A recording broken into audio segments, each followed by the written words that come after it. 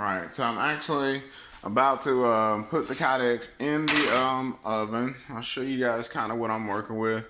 Basically, I use an oven. I know some people use like a toaster oven, but I don't know. I've just been using a regular oven since I've started doing this. Honestly, I don't use a heat gun or anything like that. You can kind of I kind of got the timing down with the kydex depending on what temperature I put it in and thickness of the kydex. And I can kind of just tell when to take it out. Usually I would use, this is the press that I made. This right here.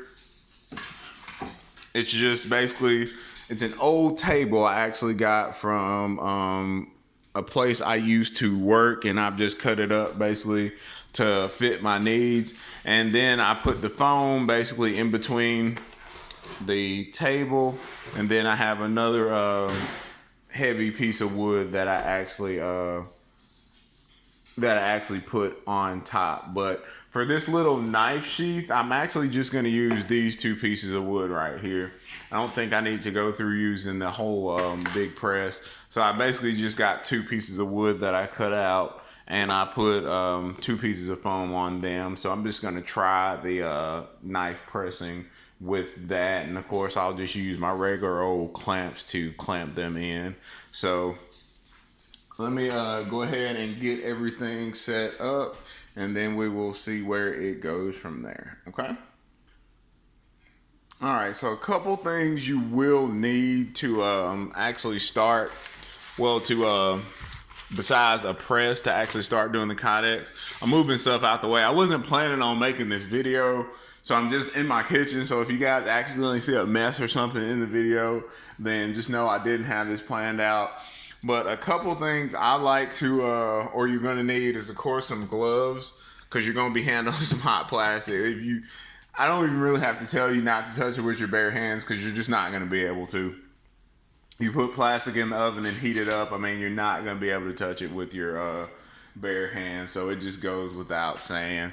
So that, I use a heat gun, and honestly, I mean, I guess if you wanted to, you actually could just sit there and heat the kydex up with a heat gun. It's just, to me at this point, as many holsters and stuff I've made, it's kind of just like, why would I do that? So I know for my oven on the 80,000 kydex, if I turn it on and set it to 350, whatever internal temperature, because people who do this kydex stuff, they'll tell you about, you may set your toaster or your oven to this temperature and it actually gets this temperature and blah, blah, blah. I know for my oven, I can set it at 350, and in about 8 minutes, the kydex will be good. And the reason I don't heat the oven up and have it preheated and then go ahead and put the kydex in, yeah, it'll heat up faster, and honestly at first that's what I did, but I just found that it works out better. You get better molds if you heat up the kydex slowly instead of just putting it in heat quickly. If you raise the temperature slightly, it works better. Also, the reason I have the heat gun is because I've noticed if you kind of heat up the foam that you'll be working with, that you also get better molds. It just gives you a little bit more time to put your mold in and things like that, because you do have to leave the kydex in here to cool for 10 or 15 minutes. The longer you leave it in here, the better. Honestly, when I'm usually making my own holsters, I'll probably put it in and I'll leave it in there overnight. And that only started because I'd be making other people holsters, and I'd have to make them quickly. They want them the next day, and I have to get them all out the way. So I make one for myself, and it's like I'm tired, I want to go to bed, and I just go ahead and leave it in the press overnight. But I just found that it just does work better the longer you leave it in there. Again, I'm just trying out this knife holster, so I probably honestly won't leave it in there for nothing but 10 or 15 minutes. But I've just found over time I've been making these holsters. I've been making them for about a year now, so little things you just find out that work better, that you just end up giving you better definition. My next venture is going to be to build a vacuum table and try the vacuum foreman, because hands down vacuum foreman is going to give you the best definition. So normally with a firearm, I'd have a whole different setup. I'd have more foam, it'd be thicker. You guys can kind of see from because it's still set up from the last one that I made. I usually have like an inch of foam on each side. I use this foam right here. It's actually, what it is that anti-fatigue flooring you can get from the stores. I usually get them from Harbor Freight, but that's what this is. You can get the foam from like online and the different websites and things like that, and it does work better. It lasts longer, I will tell you. But you know, if you don't want to wait for something, if you don't want to, or if you're in a situation where you can't wait for it to be shipped and you need like some right now, that stuff works good. The only thing is you're probably going to be able to use it once, and you're gonna have to get rid of it. But with that said, I mean, for $6 or $8, you get, like, I think it's like 4 big pieces of this stuff, and you don't need the whole piece. You cut it up. So I mean, it's not crazy, you know, it's not a crazy price, especially if you're talking about you're charging for the holsters. But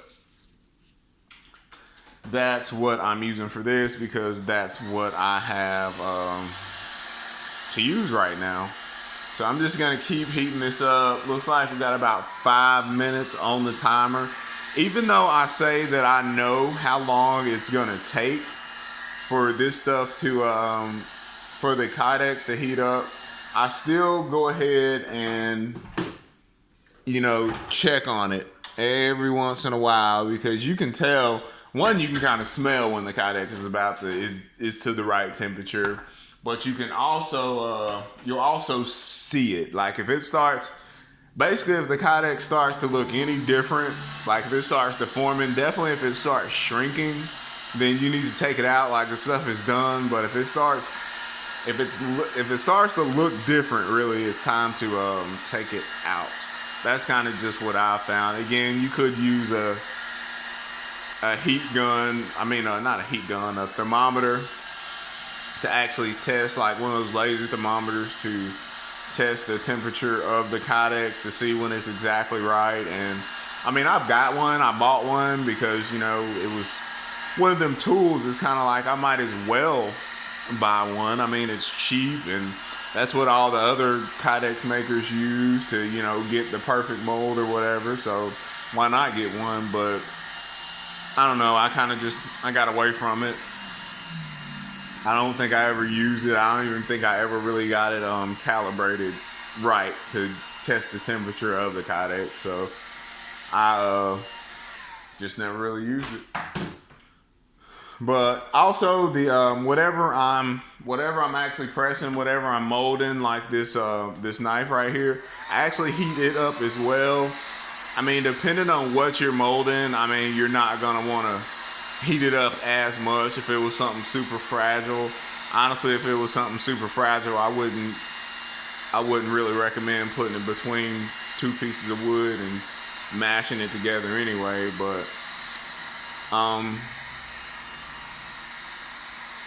basically what I'm saying is that just depends on, you know, how much you're going to heat it up. These things don't need to be scorching hot. They just don't need to be cold. The reason behind all that is because when something's hot and you put it up against something cold, that heat is just looking for somewhere to go.